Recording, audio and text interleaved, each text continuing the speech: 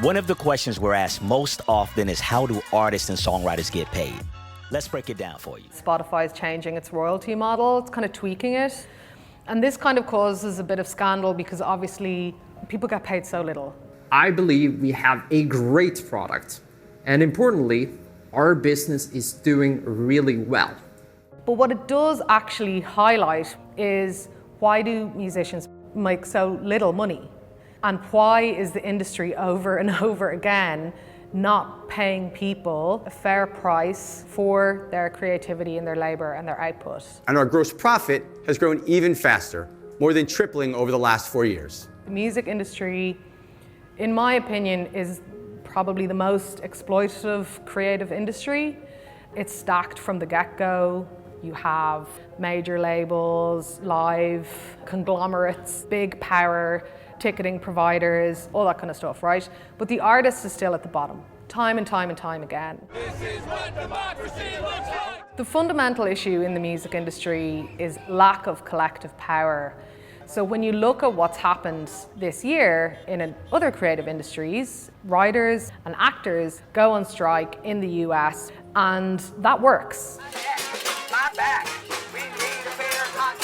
They get what they want, ultimately. Now, they lose a tremendous amount of time, income, and projects during that strike, which was really, really long. But ultimately, the studios recognizes, okay, the creative power is rooted in the writers and in the actors, and they're able to leverage that.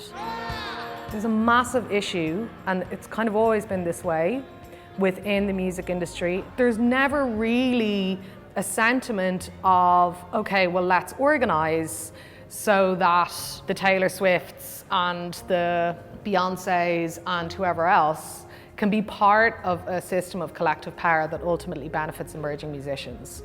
You know, when you take one revenue stream away completely, say that live will still work, live gets more expensive, all of a sudden that doesn't work. It's totally dysfunctional. Something has to give, because there are huge profits being made by so few artists, and then nothing being made by so many. So it just feels increasingly feudalistic.